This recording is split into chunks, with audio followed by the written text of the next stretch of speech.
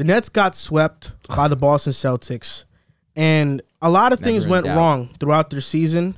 We're going to talk about it. We're going to recap. We're going to talk about also what are they going to do moving forward. We have this Ben Simmons dilemma. We have Kyrie Irving. He has to get an extension now.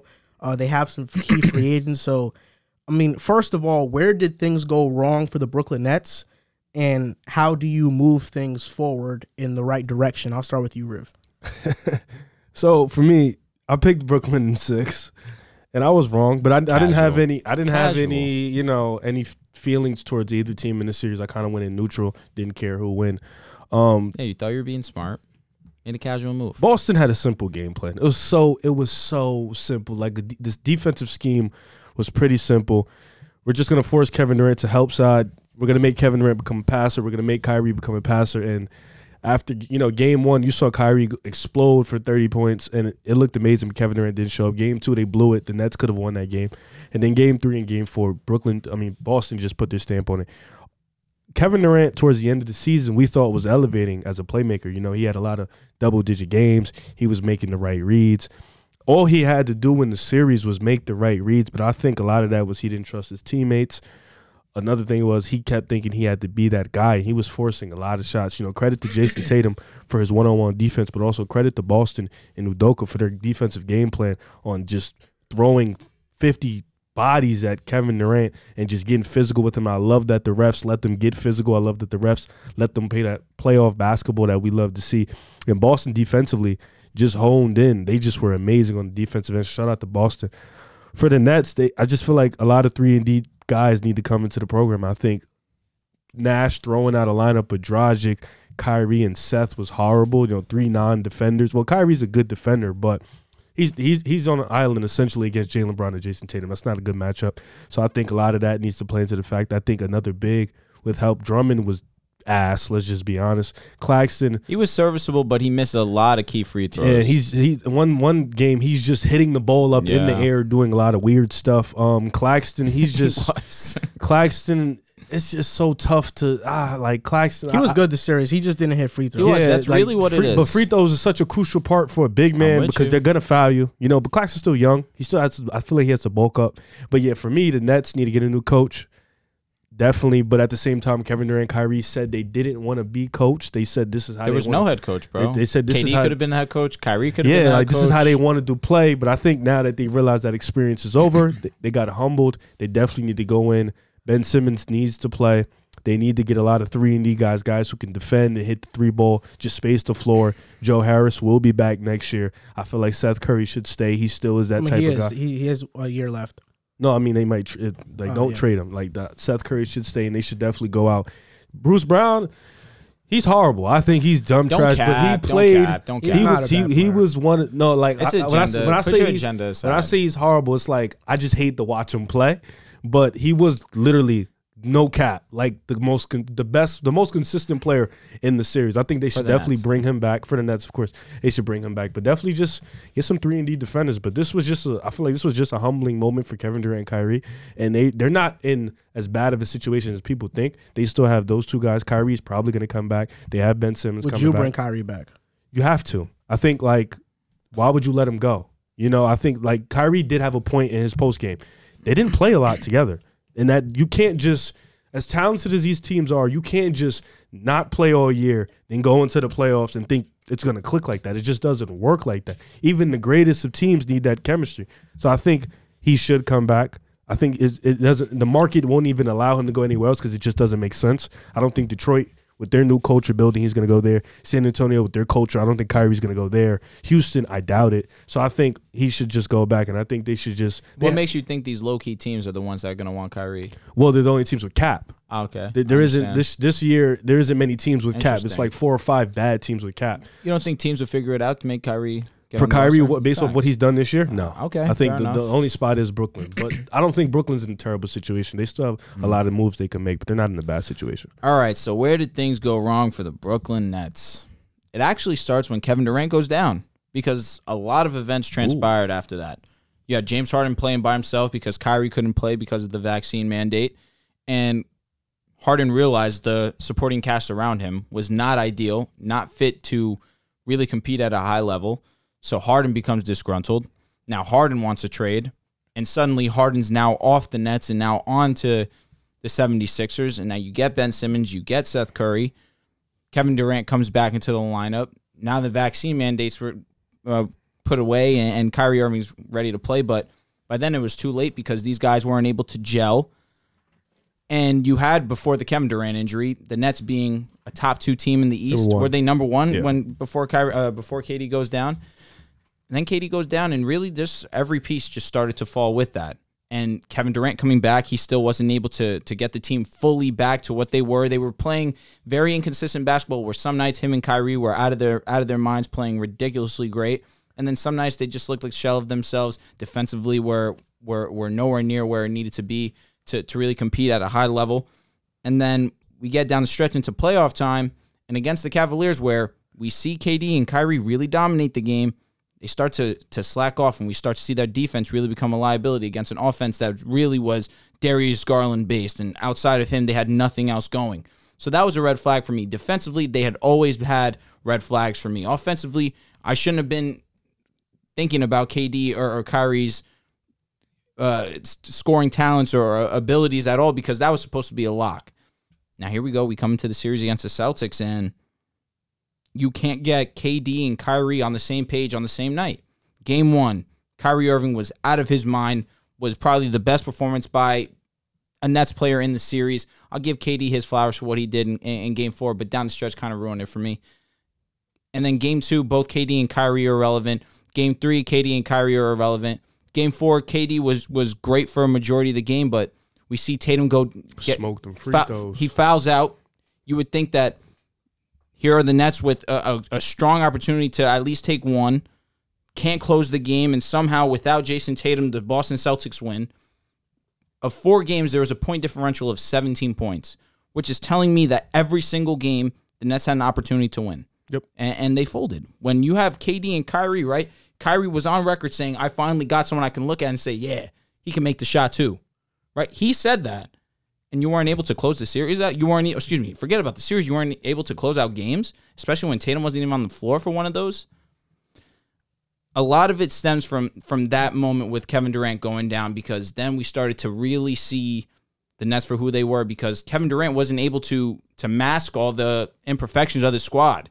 And clearly there was a lot of imperfections on this team. But credit to what the Celtics had done.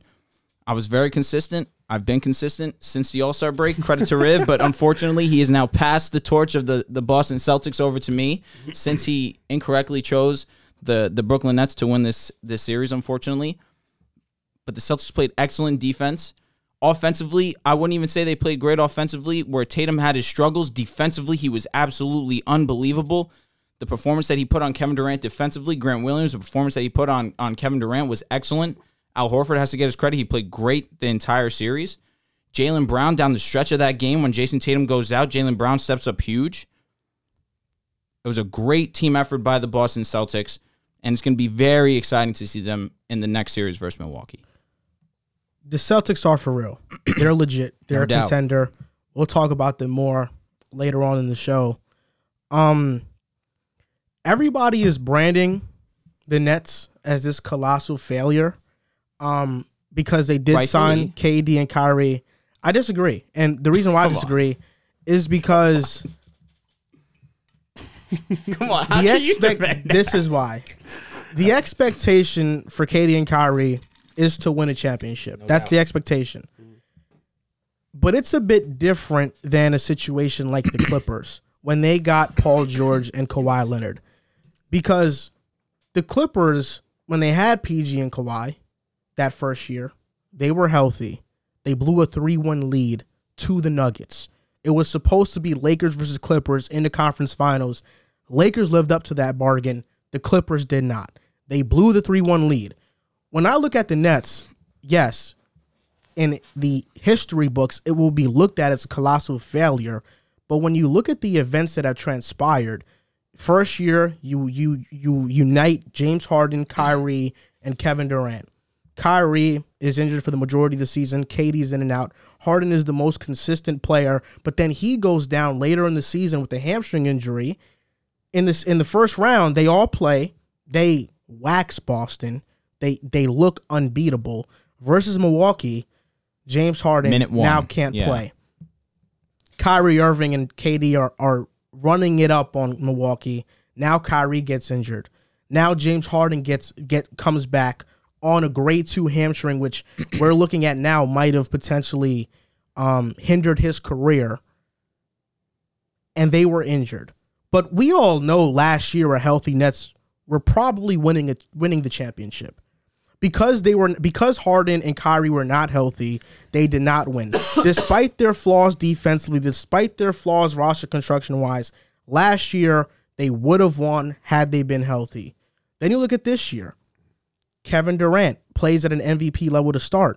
You can tell James Harden is still recovering from his hamstring injury. He hasn't been the same since. We still look at James Harden like, where is the Harden of old?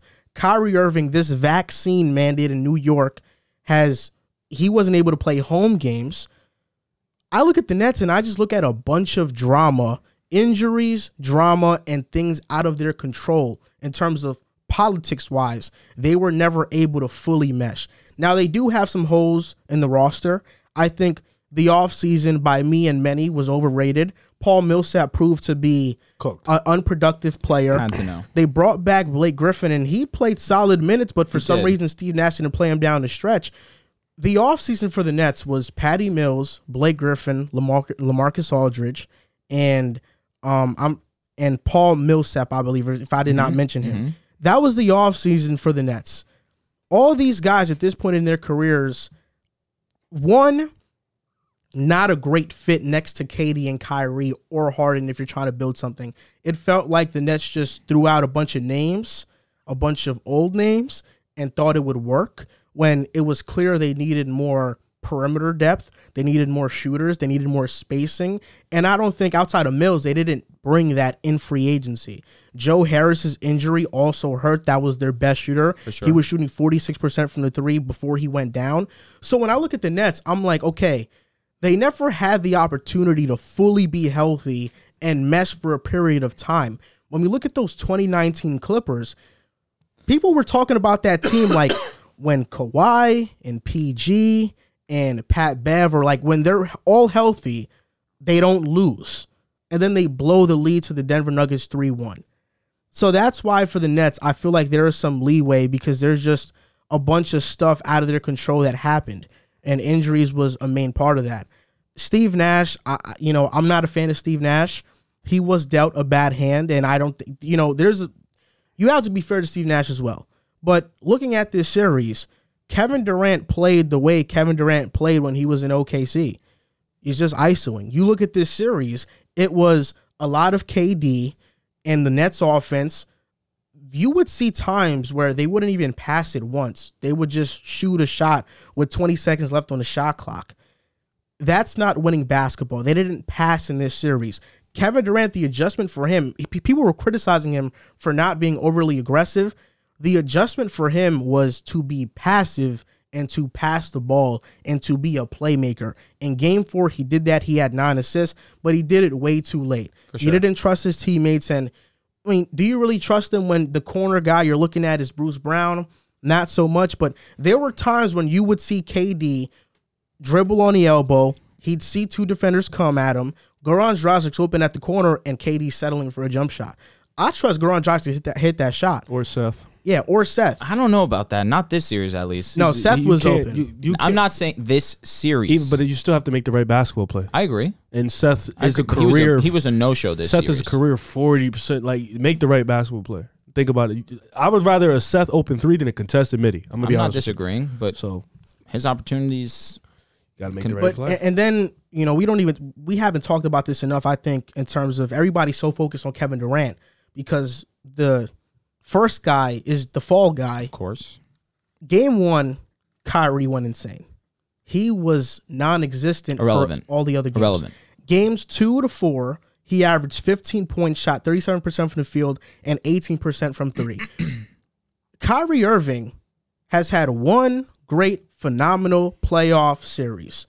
The 2016 NBA Finals. And that shot has immortalized him as a clutch playoff performer, as this outstanding playoff performer, that series in general. But if you look at Kyrie Irving's body of work in the playoffs with the Celtics, with the Nets now, it doesn't look good. Kyrie Irving is an overrated playoff performer. He's an overrated clutch performer. And he's not a guy that moving forward, I think I can count on in the playoffs. He hasn't shown it since 2016. Wow. Whether it's been with inefficient play or whether it's been with injuries. You can't trust Kyrie. But like you said, the Nets have to bring him back because ultimately this is Kevin Durant's organization. Yep. The plan was KD and Kyrie. My goodness. That was supposed to be good enough to get you I've to a been saying championship. what you just said for years. I'm glad you said it. I like that Nets Clippers analogy though. I think the Clippers had the chance. I think next year, like I think it's a little bit of the same in a sense where the Clippers failed, right?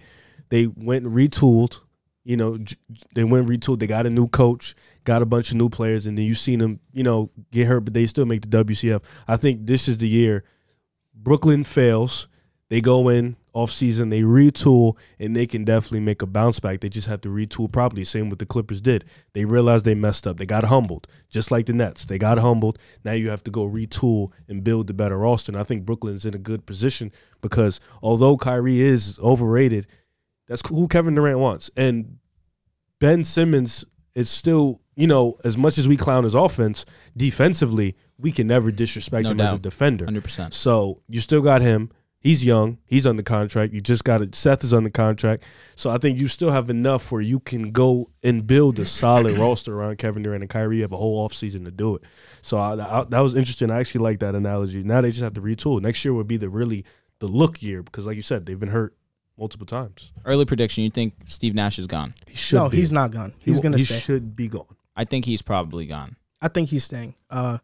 Kevin Durant has already vouched for him and support the Nets organization. There's been reports already that they're not going to make him the fall guy. So I think Steve Nash is staying. The thing about the Nets, though, is that paying Ben Simmons, KD, Kyrie, they don't have money to go out and spend on free agents. They're in a bad spot. And Kenny Smith made this analogy he made this point, and I thought it was a great one on Inside the NBA, that what veteran wants to go ring chase in Brooklyn when the veterans you acquired in Millsap and Griffin who were coming to ring chase got no minutes. They didn't play. So what veteran player who probably still has some left in the tank is looking at Brooklyn like, I want to play there? Because they're probably looking at it like, I just saw what they did with Blake and Paul Millsap. They didn't play. So why am I going to go there and take less money? The Nets are going to improve by one of two ways. They're going to either trade Seth or Joe Harris. Oh, wow. Or they are going to bank on players like Kessler Edwards, Cam Thomas, Day'Ron Sharp, rookies they drafted this past draft to develop. I think Kessler Edwards is the one that you look at like he's exactly what Brooklyn needs. He was a rookie this past season, so we couldn't play him much into the fire, but he's a solid defender. He's a solid shooter. He's the one that I look at that next year can be a pivotal part to what they do. I think they just, like, I agree with what you said. Also, they need to bank on Nick Batum type of guys. Remember when Nick Batum, before the Clippers, people were calling him cooked. Charlotte was horrible, situation like that. He goes to the Clippers, kind of makes his career good again. You know, same thing with Roku. You know what I'm saying? People were calling him horrible in Portland. He wasn't that good. He goes to the Clippers. Now all of a sudden you see the defense is there. The three-point shot is back. So I think like players like that who people kind of forgotten, the Nets definitely need to go and try to see if they can still bring life out of those guys. Blake Griffin, they did that last year. You know, he had a little bit of life to him. Paul Millsap was cooked from the moment he started playing ball back over there. So I think with Blake Griffin, though, they kind of not 100% got that one, but it was like last year. You know, you saw in the playoffs against Milwaukee, he was huge for them. Against Boston, he was good. So they got a little bit of life out of him. So I think if they do that again, but with smarter players, I think they'll be okay. You know, they're not in a term. They'll be a playoff team next year, no doubt in my mind. Definitely. As long as you have KD and Kyrie, you'll make the playoffs. At least should.